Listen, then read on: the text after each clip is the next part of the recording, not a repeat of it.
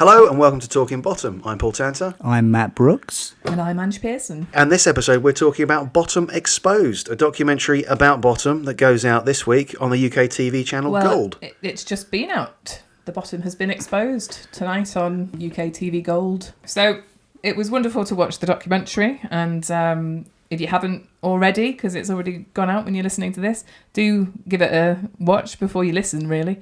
Now, very quickly, before we go any further, we should just say a quick thank you to everyone who backed the book, and thank you for sticking with us while we wrote it. It was a mammoth task. We're pleased to have delivered it to the publishers, who will let us know a publication date very soon. Okay, I think there's going to be a few more questions than that. People are going to be furious. Where's the book? Where's the book? We want a date now. Why has it taken so long? Should we explain some of the reason why it has taken so long? One of the reasons it took so long, because we like it long, listeners, we were invited onto the Bottom Exposed documentary, and we knew that there was going to be extra tidbits of information that we'd be able to include in the book.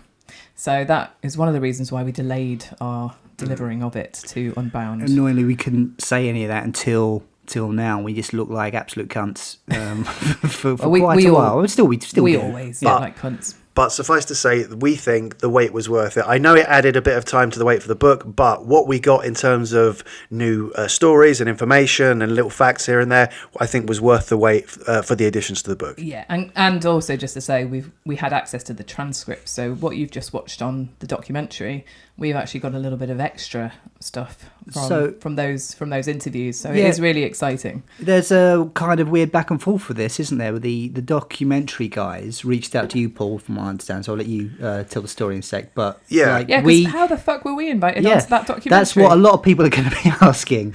Why them? A while ago, the producer of the show, of Bottom Exposed, Adam McLean, reached out to me via social media, saying he was working on a pitch document for UKTV to put together the documentary, and could I help him out with some information about the show and the proposed season 4 that never happened. And so we chatted a bit back and forward, and I helped him out with some information and sent him some of the pages of the scripts of the first drafts and that helped him make his pitch doc for UKTV. Then when it came to actually the show being commissioned, it got commissioned, and he came back and said, look, we'd really like you guys to be in the documentary, kind of as the voice of the fans. You know, you guys have done the fan podcast, and they very kindly had us down there in the studio. We went down for about 90 minutes, sat on camera, recorded lots of our opinions about Bottom, and obviously we've seen the documentary since. They very kindly gave us an advance copy, and they have very sensibly, in my opinion, decided to focus mainly on the person who's the co-creator, co-star and co-writer of the show, rather than us fans who never contributed to the show in any way. We're in less than 30 seconds, aren't we? I think probably 15, 20 seconds. No, rightfully so. I honestly thought we weren't going to make the cut at all. They obviously had to gather a lot of information and a lot of interviews from different people. So I was amazed that we were included at all. But it was a real pleasure to be asked to be involved with it. All our names are spelt right?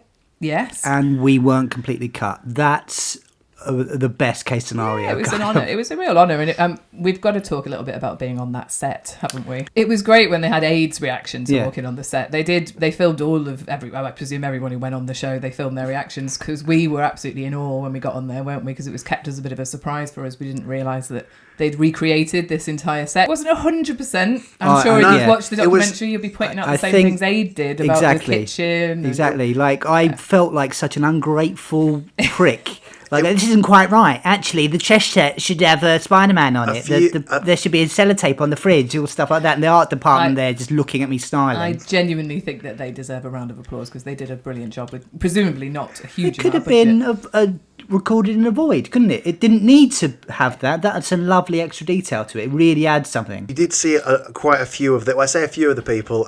Aid and Ed Bye both came out and did a similar thing of saying, this is in the wrong place or that's in the wrong place. I thought it was quite interesting to see what props people gravitated towards, because Ed walked on and instantly went for the dirty pants. Aid walked on and I think the first thing was the kitchen and stuff. We walked onto it, and what was the first thing we did? We picked up a cricket bat and a frying pan and started beating Matt up with them. What else are you going to do? Yeah. Paul, you brought that copy a parade along for to pose with the pictures and stuff. We should have left it behind, I think. I should have done. I think by the point that we did our interview, they'd already recorded AIDS, so it wouldn't have appeared on camera with him or anything. It's the one from the pilot episode. Yeah, you're keeping that for your grandchildren, aren't you? Yeah. I mean, I would say it's the same issue as the one from the pilot episode. I don't think it's the actual same specific one. Not that you're a geek. No, yeah, it took me a while to work out what the issue was. Or indeed a wanker. And then to find it on eBay. It was great to go down there, see that set, talk about Bottom, and be, you know, as they said, kind of like the kind of the voice of the fans. Well, they had people who are fans and also comedians who like had kind of like more right to be on, and also better screen presence, knowing how to not rub your face like a fucking freak like I was doing the whole time. The bright red nose as well. I had this spot that I thought wouldn't show up on camera. Nope, I can see it straight away. Yeah, well, that's why we do a podcast, isn't it? So that we don't have to look at your face or spare other people looking at your face, and indeed all of our faces. And we're in control of the edit as well, so we can make ourselves look a little bit better, and sound. I will say, because I'm sure there are people out there thinking the exact same thing. If I'd been watching that documentary and 3 absolute pricks came up on it as the fans, I'd have hated us. Why? Just so you know, I hate us too. I think we are the new version of There Is No Better Physical Comedy. Who also appeared in that. They used that clip, love didn't they? that they included them, yeah. So the documentary itself was made by a company called Studio Crook, who are very good at, they're kind of the masters of making comedy retrospectives. They've made a lot of these kind of similar shows for UKTV. One's on Blackadder and Hancock. They did a very good Hancock one. So I think we always kind of knew that we and the show were always going to be in safe hands with those guys. And I think having watched the doc, I think they've done a fantastic job with it. It feels like a warm kind of love letter to the show. There's a lot of new information there. They managed to get nearly all the people who worked on it, you know, a few of the people who we couldn't get as well. And I feel like this documentary, it's kind of probably the culmination of the resurgence in popularity that Bottom has had over the last few years, and the unearthing of things like the original footage from recording the titles and that kind of thing. Oh yeah, that was absolutely incredible to see, wasn't it? Like the extra footage of them on the bench. I really like the behind the scenes footage of the end credits. Yeah, I've seen them wandering around in like a stagehand walk on. Yeah, it felt like real gold dust, didn't it, to actually see new bits of them. It's the closest we'll ever get to another episode, I suppose, this genuinely documentary. Lost footage recovered, and obviously we were delighted to see that happen, and what a coup to get Aid Edmondson. Yeah, because you know, I think a few people have got in touch with us on socials being like, when are you going to chat to Aid? You know, we have asked, and unfortunately he's obviously got better things to do than to talk to us 3, but I was so thrilled that he said yes to that, because he could easily have said no. And how brilliant was it that he said if Rick was still alive, he'd have told you to fuck off. The honesty. I think if Aid had said no, I don't think the documentary would have happened. I think it kind of hinged. I think getting it commissioned kind of hinged on Aid saying yes to it. I think. Yeah. I wonder whether they would have pushed on with Ed Bye, and obviously they had Helen Lederer, they had Kevin McNally, they had quite a few like big names that had been in the show. Yeah, the most similar thing we've had of this is The Lord of Misrule, the thing that went out after Rick died. The documentary after. Yes, Rick's Aid death, wasn't involved with that because he was obviously grieving and a bit too close to home for him, so he didn't want to. It was recorded very quickly, wasn't it? Yeah. When you think back, and it must have been so raw. And that was time sensitive, I think. Yeah. This documentary could have come out at any time, really. It's not the 30th anniversary. That was last year, I think. 30th anniversary. No. Well, next year is the 35th anniversary, so we're on 34 years now. Okay, we're nearly 30 years since Bottom ended in 1995, if you count it from series 3. I think the fact that Aid had his autobiography out recently helped because he was more open to talking about things. Aid had already discussed certain stories of working with Rick and shooting Bottom and how it came about. So I think in that regard, he probably felt like he wasn't giving too much away by appearing in the doc. Absolutely. Since writing his autobiography, I presume he's had time to actually ruminate on lots of things as well. He's actually given that time to think about working with Rick and reflect on his life. And I imagine, not that I'm ever going to write a memoir, that sort of thing does open up a lot from your past, and now he's prepared to talk about it more. I think we should also just mention the Desert Island Discs interview that he did.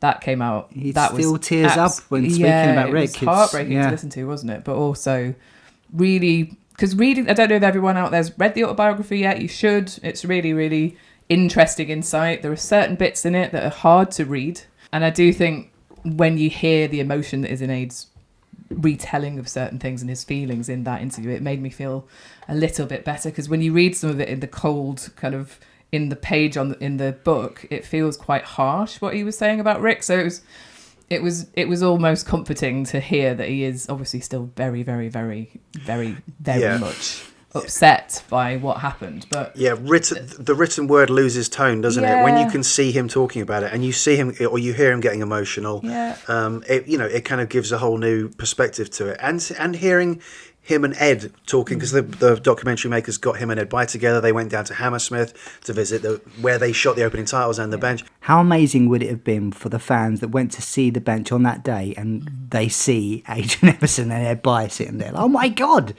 What a treat for them. Yeah, absolutely. And it was great to see him obviously reading the plaque and everything, being like pan-global phenomenon. I don't think he was quite, globally famous, but yeah. And it was nice to see them in the pub talking about working with Rick and talking about the old. And it also gives you that insight to understand how hard it was working with Rick after the accident. I think we as fans, I think a lot of people out there probably feel the same, have always sort of wished there was more Rick and Aid work. And to hear why it was difficult for Aid was actually, it's almost like closure for us as fans, isn't it? And seeing Ed talk about the way they recorded the opening credits as well, and to learn that definitely, for sure, when Rick leapt up from the bench as a bus went past, it definitely wasn't an edit. That was him leaping off the bench, and we found it was 2 buses went past, and that was how he managed to clear the bench in time. It wasn't, no one edited anything. Well, I think visual ad-lib, brilliant. Yeah. I think it was effect done in camera. It maybe was like he cut out a couple of frames to make it a bit better, maybe? No? Okay. No. It's exactly as it happened. Okay. And that is just special, isn't it, that just occurred, because it's such a wonderful moment in the credits. The other bits of the credits are so... I want to be able to rewatch them. In addition to featuring new footage from the opening credits, the documentary also treated us to previously unseen footage of Rick and Aid talking to the studio audience before the recordings of, I think Smells was one and Sout was another. Oh yeah, pretty sure Hole was one of them. Yeah, because we'd seen some of that, the bit where he comes out, that they come out and go, oh, welcome, like where the... And he tells his joke about what the man with a 10-foot cock had for breakfast. He's told that joke hundreds of times in his career. Yeah, it was great to see extra bits that we'd seen on Bottom Fluff. A little bit of that, hadn't we? Rick doing his intro and joking with the crowd, and Aid saying, "I just want to say fucking cunty bollocks." Yeah. They bleeped it. Yeah, it was great to see a bit extra though, wasn't it? Again, it's this gold dust thing of extra footage that we thought wasn't in existence. It gives just a little glimpse into what it must have been like to be in the studio audience at the time. There, for example, the recording of Smells, which they're recording as the introduction to the show, to see Rick come out and explain to the audience, this is where we live. Obviously, we're both our characters are both single. My name's Richard. His is Eddie Hitler, and that gets a laugh. Yeah, it was great. Very jealous of everyone who was in that room, of course, but we were too little, weren't we? And of course, people who were in the audience that night would have also seen Rick and Aid shooting the end credits, their dance, which Ed By directed, and they did several versions of. Yeah, and wasn't it great to hear how knackered they were after that? Yeah. Because it is an energetic 30 seconds on the end of it, but you don't really realise how long they must have obviously been dicking around doing that. So Ed's like enamoured with the technical look of it still to this day. Like I kind of forgot how much of a, like, for want of a better word, like a bit of a ham Ed By is in the best possible way, like he's got this real like glint in his eye and this like cheeky grin stuff. Like he should do more stuff on camera, more interviews. Like it's really So when you say ham, you mean performer? Yeah. Like he loves the camera sort of thing. Yeah, I genuinely mean it in the nicest possible way. You're not calling him a gammon or anything. No. Just to clarify. Yeah. No, he is, isn't he? He's very passionate. I remember him saying he would have watched Bottom even if he hadn't worked on it. So he's a fan, isn't he, as well, of Rick and Aid's work. He's rightly proud of it, I think. It must be, hopefully, it's one of his highlights on his he told us that, didn't he? I interviewed him recently for another publication, and he said that when they shot those dances, his intention originally was just to shoot a load of footage and sort of do just use various different shots and intercut it. But once Rick and Aid started, they kind of got into the flow of it, and this dance just kind of emerged that worked as an entire take for the entire thing. I found it really funny to hear that Ed By was really surprised that we were in the documentary. Yeah, well, he hadn't seen it when I spoke to him, and so I said, Why we're the in fuck it. were you there? Yeah, Fuck, how dare you be in my documentary? Oh, but he's read everyone's minds, really. But because it is ridiculous that we're in it. But we're not in it a lot. There's about 10 seconds. I think it was Francesca Gilpin, their production manager, who crops up in the documentary, who you see occasionally, her silhouette walks on. And I remember they used a great quote from her. It wasn't talking about the end credits, but it was talking about the sex shop, saying she didn't think they would get away with showing what they showed in terms of the sex toys in that shop. And it was great to get insights from people like her, people who aren't often interviewed in these kind of documentaries. And you sort of think, you don't, having watched that scene so many times, you don't think about how at the time that was really very rude to be including on a BBC sitcom, to have the dildo that Rick grabs and everything. But it looks exactly like not that I've ever been in a sex shop. Of course I haven't, listeners, but it looks exactly like a really lovingly... I think we've gone over this in the Smells episode, but it's a wonderful set. Kevin McNally also offers up an interesting bit of information that laugh at the end was an outtake. That was a genuine laugh that they cut in to make it look like Mr. Sex was laughing at Richie. Don't think he told us that when we interviewed him. He did, I think. Did he? I don't remember. Okay. I seem to recall that he did. Yeah. No, it was great. So who's missing from the documentary that would have been great? Well, most noted, Spud Gunn and Hedgehog. Spud Gunn and Hedgehog, who Aid described as his favourite characters in the show. That was great to get that insight, wasn't it? I suppose it was fun for them to write them rather than necessarily for themselves. But also wonderful to hear that Rick used to write for Aid and Aid used to write for Rick. That's my favourite tidbit learned from this documentary. Yeah. Did you find this episode of this podcast weird, as we're talking about something that's talking about something? It's this weird meta.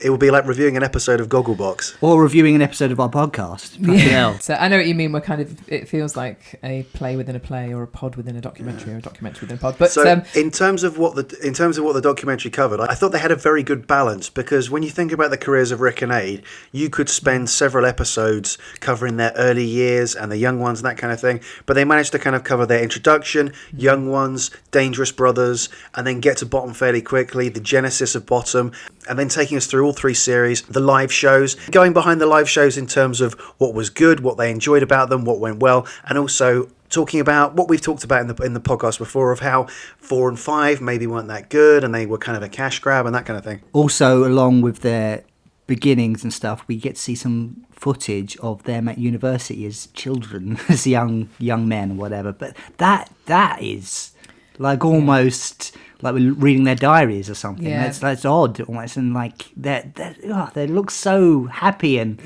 like crazy and stuff. That clip from God's Testicles that they done was really wonderful to see, wasn't it? And obviously see Paul Bradley delightedly talking through that as an anecdote. Like, how great would it have been to have been able to see one of Rick and Aid's really early student nonsenses.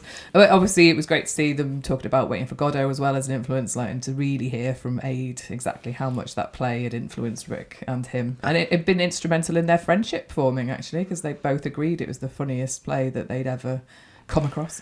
And one of the things he finished on was by saying that if Bottom had ever come back, he would have loved to have seen Richie and Eddie, the characters, doing Waiting for Godot. Yeah, it was great to see that moment. That's so weird and meta that would be. It's like he come up with the idea in that moment, then he goes, oh, damn, yeah, that would have been really to see that little flicker of, if only. But in a way, they kind of did it, didn't they, in Sout, which I think is why he recounts that as one of his favourite episodes, isn't it? Yeah. The Wimbledon Common episode, as a lot of people know it, because that really is their Waiting for Godot homage, isn't it? Yeah.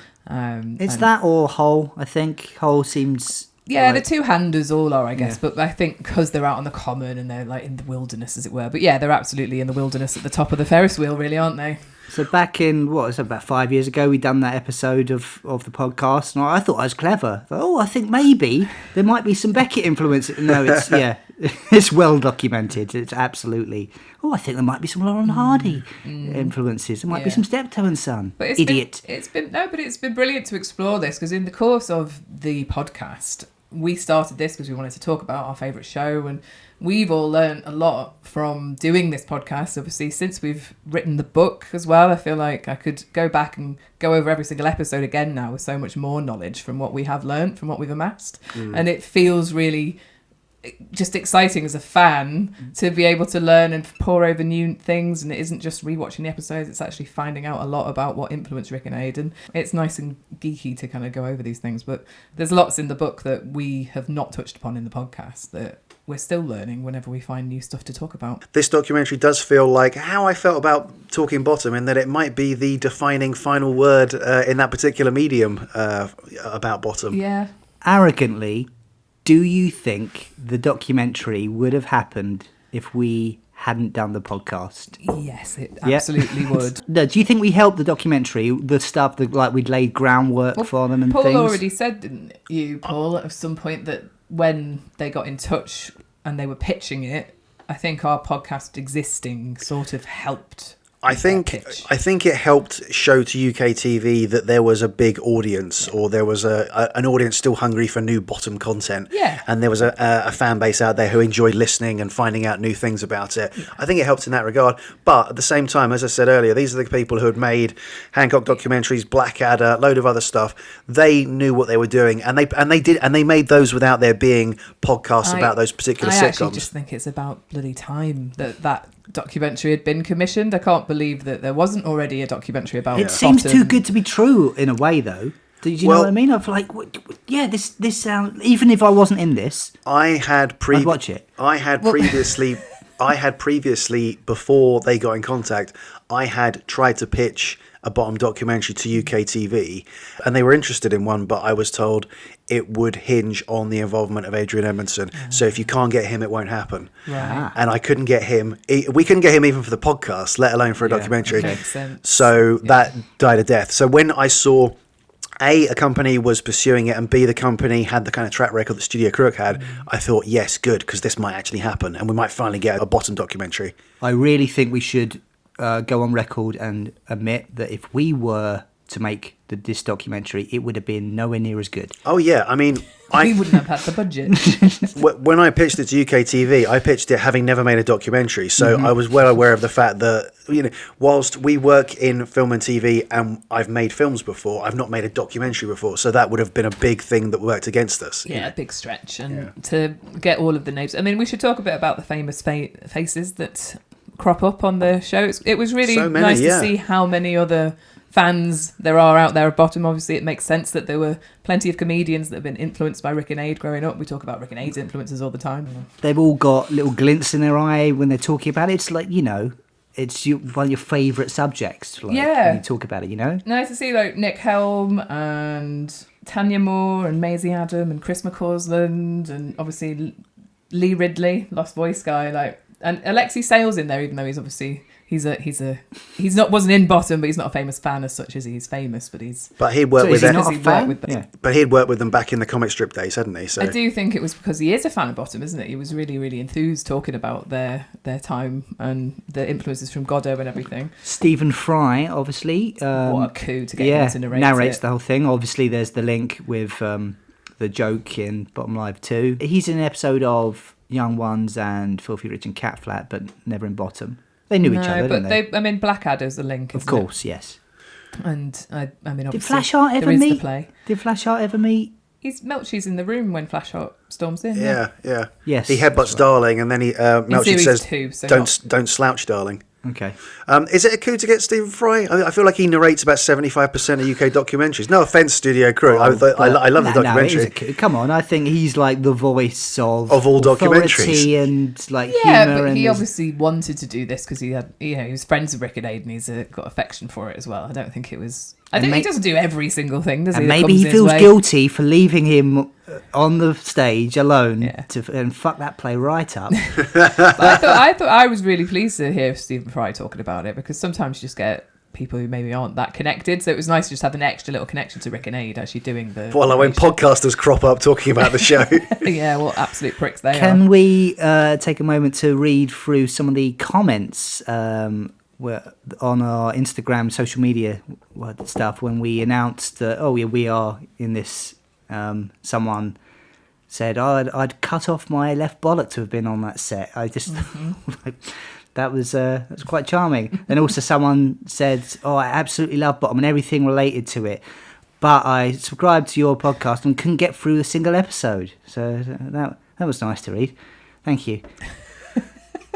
So yeah, we're not anything other than grateful to have been on that set, and I don't think I'd have cut off a left bollock because I don't have one. Yeah. But a left tit. But it was really, really special, actually. It was more special than I think I'd anticipated being there. And obviously now knowing that I sat in the bit where AIDS Bum had sat, I'm even more delighted to be. So another few comments have asked, where do we watch this? Where can we see this? It's on Gold, which you can go online, I think. They've probably got some sort of screen, I think. UKTV have an app, I believe, that you can access through, I'm sure, plenty of platforms, and it is online, right, if you go to UKTV? I'd imagine so. We're not in charge of this, so we're not completely sure how to do it. It's been a while since I did Sky installation. Google it, I'm sure you'll figure it out. We had a couple of comments as well asking us, I'm in Switzerland, I'm in Australia, how do I get to watch this?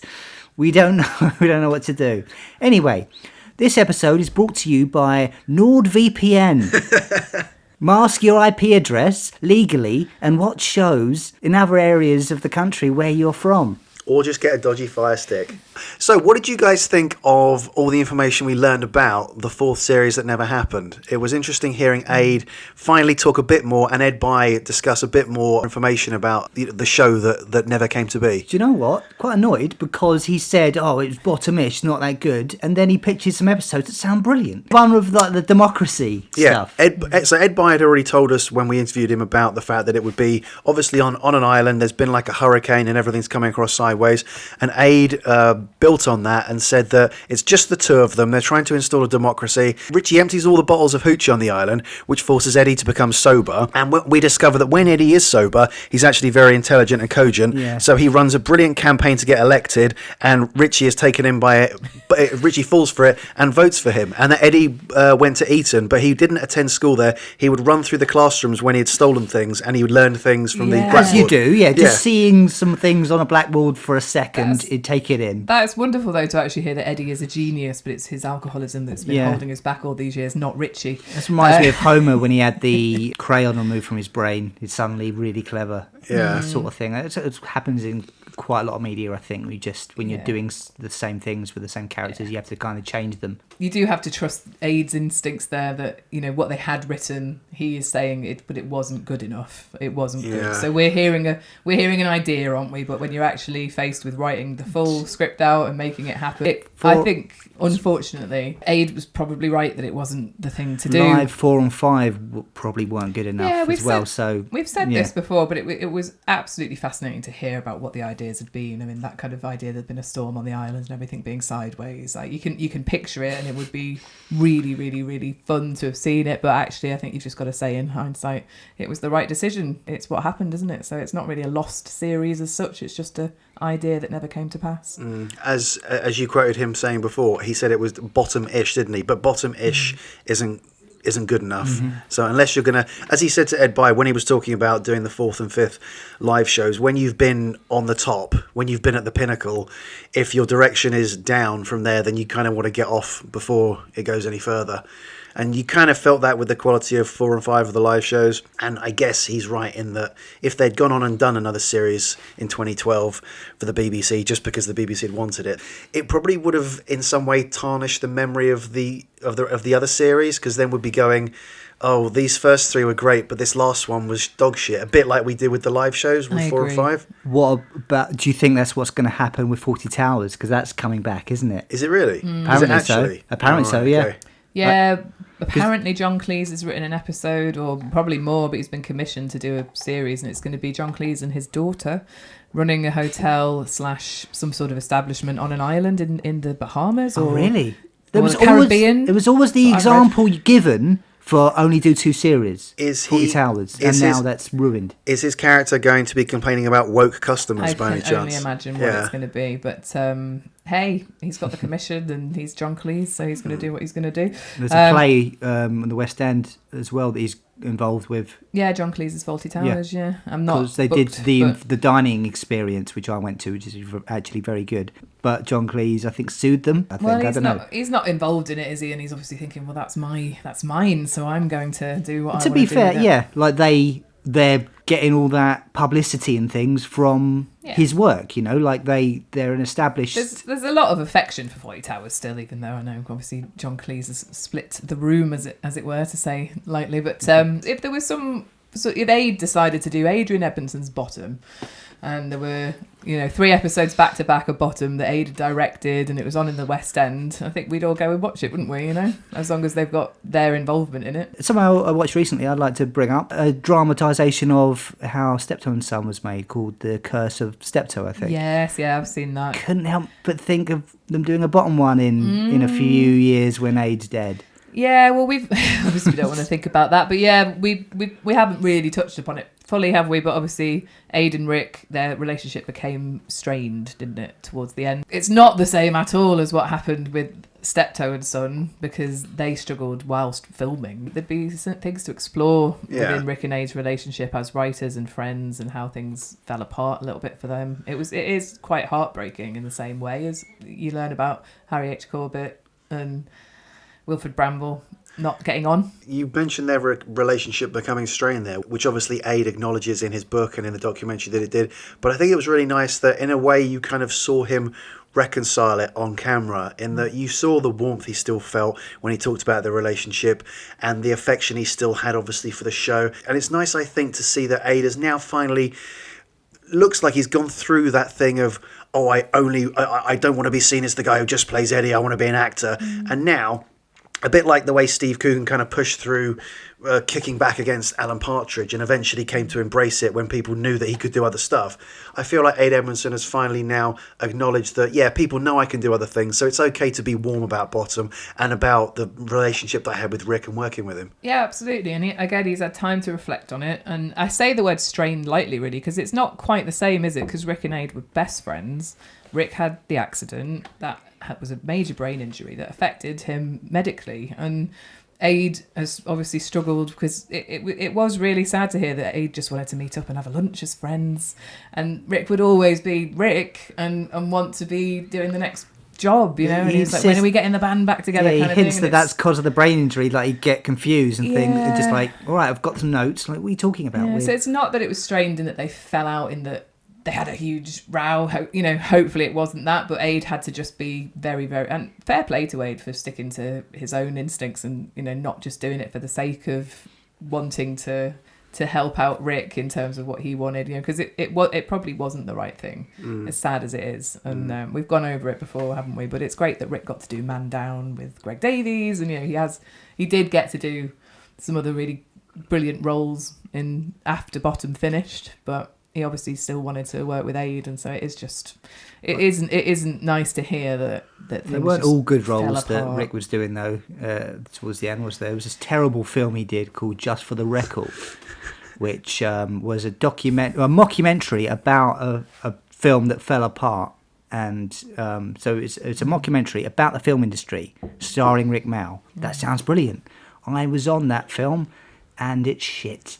It's fucking terrible. But he's brilliant in it. I can't say I've watched it. And so the time I got to meet Rick Mao and hang out with him for a day. And he's brilliant in it, and they went and cut some of his scenes out, didn't they? Cut some footage of him. It's ridiculous, yeah. He should have been front and centre on that cover. Instead, they used Danny Dyer from another film. A picture of him from another film. Do you remember, that was from The Rapture. That was the film where they put out, there was the cover for it. You could turn it inside out. So on the inside they had something that was an attempt at like a comedy cover, but on the outside, in a thing in the film industry, it's called death by artwork, where you try and hoodwink people into buying films that are nothing like the thing on the cover. It's black, white, and red when Sin City was about, right? Yeah, they had Danny Dyer and Craig Fairbrass on the cover, and with the words something like "Get ready for the action" because it's about a film, or else you get cut. I wanted to just talk a little bit about. I think it feels like in every interview that Aid has done since his autobiography came out, he's mentioned how he spoke to his daughter, and his daughter said, "Oh, I never realised you weren't a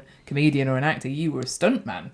And should we talk a little bit about the stunts that they sort of went over and how they were achieved? Because I thought it was great to finally hear from Ed Bye that the burglar was hung properly from the seat. He was strapped to the ceiling. Strapped to the ceiling, then they put sellotape over the top, didn't they? To kind of give that illusion. We wondered how they'd achieved it, didn't we, when we talked about it? He put his head through, I was like, it looks like he's on an actual ceiling, and they're hitting him from below, and they're hitting him in the bollocks. They say in the documentary, I think, like, oh, we should have actually just put his head through. That would have been better. That would have been much more simple. We didn't think of that. And I think Ed did tell us when we chatted to him, but that was quite a long time ago now, so I don't know if we really went into it as much as it was in the documentary. But it was great, and obviously to hear Paul Bradley kind of talking about that, and they winched me up there, and then they just hit me in the ghoulies. Yeah. Regarding stunts, I thought it was nice that they literally slowed down Rick, or who I thought was Rick, coming down the stairs in the wheelchair, to reveal that was the stunt man from GoldenEye, the guy who did the leap off the dam. Yeah, it was the highest paid stunt at the time. Yeah. Got $1 million for it or something? Something like that. And then he's in bottom. No. And then he's in bottom in a wheelchair coming down the stairs at high speed wearing a Rick Mail wig. When they slow it down, you can see how it's basically vertical, quick, isn't it? That drop. That's what he's fucking paid for. Well, you can't believe that they didn't just use a dummy though, really. He's in a wheelchair already. It wouldn't have dropped correctly, would it, if it hadn't been a real human body, I presume. Well, you could weigh it, couldn't you? Also, there must have been a decision made. A person has some level of control over what they're doing coming down the stairs. They can aim themselves and slow themselves. And the genuine look of fear. I mean, otherwise, why not just throw a dummy off the dam for GoldenEye as well? Yeah, it wouldn't have fallen right, would it? They really were a pair of very cunning stunts, weren't they, Rick and Ed? I think we'll all agree. Because there's a dummy on the piano when Eddie drops through from the roof, obviously, and that is quite obvious that it isn't, because it couldn't have been. I mean, it's less obvious than the dummy in the Ferris wheel, the papier-mâché Richie. You love that bit, don't you? I really love that. Is my honest. I think beyond Richie as Kilroy coming down the stairs and the fall, I do think that "Don't you dare call me overweight young man." You know what? The perfect timing of that collapse. The papier-mâché Richie in the Ferris wheel episode, even though you only see it briefly, he looks like one of the latter stages of degradation of the character in An American Werewolf in London, when he keeps on coming back haunting his friend and his face is rotting away. That's what Richie looks like in that. He looks like a zombie. Would you recommend the documentary, guys? I would definitely recommend the documentary. I think both for ardent fans of Bottom and the casual viewer as well, it's really a warm, lovely kind of love letter to the show. It tells you a lot of new stuff. One of the things that really struck me was Aid talking about the show and saying how he said people call it puerile, but there's nothing really wrong with things being childish. Being childish isn't silly. Being childish is pure. Yeah. That was lovely. Really well phrased. It's innocent and pure. And why... it's looked down on so much. We've talked about it before, like the humour that comes out in Bottom. It's actually more than just the slapstick, and it's more than cartoon. Although all of those things are absolutely wonderful and why we love the show. But yeah, there's a bleakness and the existentialism that comes out in Bottom. Like it's deeper than a lot of people think on the surface level, and it was great to have the documentary explore every aspect of Bottom in that way. You know, they're talking about the Wile E. Coyote influences, but they are also talking about Godot and everything that came to pass when Rick and Aid were writing it and what influenced them. Yeah, it doesn't dumb it down, and also it's not too pretentious. It really is the perfect mix. Absolute treat for Bottom fans. If you're a fan of Bottom and you don't like this, that's weird. Nice to hear direct from Aid's mouth that anytime Eddie looked at camera, that was literally a steal from Laurel and Hardy. Basically, watch the documentary. If you're a Bottom fan, you'll love it. If you're not a Bottom fan, it will make you a Bottom fan. Yeah, and if you've never watched Bottom before and you watch that documentary, I think it would still be worth watching because it would give you a real overview of the show. But I would rather you watch it after having watched all of Bottom, much like listening to this podcast. Yeah, sorry, I'm like, don't watch the documentary if you've not ever seen Bottom before. That'd be fucking weird. Well, people have listened to this podcast. No, they haven't seen Bottom. They have. I've been told. What are you talking about? What? Yeah, Why? they've listened to it because they want to hear it, and then they'll go back and watch the episode. It is interesting. Matt, do you only watch programs about things of which you have a deep and intimate knowledge already? Sort of.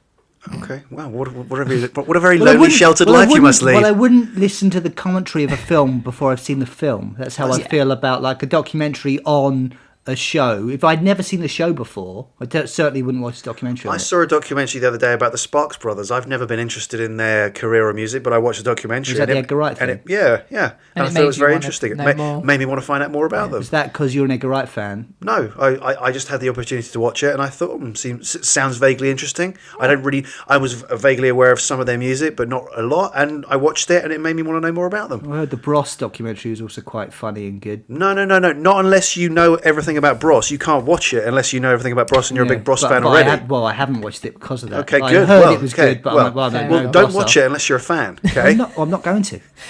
Yeah, I just want to say, like, I think a lot of people out there are like, oh, these Talking Heads documentaries, like, they might actually think that it's not worth watching and that it might frustrate them in some way and all of that. And that may well be how you react to the documentary. I can see that. But I would highly recommend watching it, skipping over any bits that you don't want to watch. And also, it's just lovely, as you said before, it's a love letter to the show. It's brilliant to watch the clips being interspliced with Aid talking about Bottom, which he hasn't done for years, and all the people involved. The affection for that time in their lives shines through, doesn't it? Aid talking about the writing process with Rick and how much he laughed. It was great to just actually see him saying those words, because there were a few times he was quoted saying that after Rick's death, but it was just so heartbreaking but also heartwarming to see Aid letting his emotions out about the show and his fondness for it. He mentioned the love they had for each other's characters, and that was the moment he choked up on the show, wasn't it? It was very touching. Yeah. We see quite a bit of Rick actually as well. Like, obviously, they couldn't have much of him because he's no longer with us, but we do have some interviews of him. It was so important for them to include previous interviews with Rick, wasn't it? Because his absence from the show was, keenly felt, and it was great to see those little quotes from him coming in about various different bits and bobs over the years. But, and they got the right balance. They didn't overload it with a lot of archive interview stuff from Rick. I think they just struck the right balance. Yeah, absolutely. Yeah. Okay. So it's time for a quiz. No, we're not going to have a quiz. Watch the episode. It's out today. Yeah, it is unusual that they didn't feature us throughout the whole thing. It should have just been the unedited 90-minute interview from beginning to end. No, well, that's what we're doing here, isn't it? So, we're reclaiming our airtime with Bottom. But we should also just, at the end of this, say a reminder in case you didn't hear the beginning for any reason. The book is with Unbound, because I know a lot of people have been asking us for updates, and we are waiting on a publication date from Unbound, and we will update when we know. We're waiting just as keenly as you guys. It is really nice that, although, there's a kind of a circle thing going on. There's some of the stuff that we laid a groundwork for was the jumping off point for this documentary, and as a kind of thank you, I suppose, they gave us access to all of their transcripts of the stuff, and then we can include some of the they appreciate that. I think we are the Talking Bottom podcast. We are the first podcast about Bottom to come out. So, and us writing the book, it was really, really helpful to get access to the transcripts. There's stuff that's really good that isn't in the documentary as well, that obviously was cut for time, and we've just milked that for all it's worth. Thanks for listening. If there's anyone out there who isn't following us on our social channels, you can catch us at Talking Bottom on Facebook, Twitter /X and Insta. We're not on TikTok yet because we're not Gen Z cunts. Thank you very much for listening. See you next time. Bye.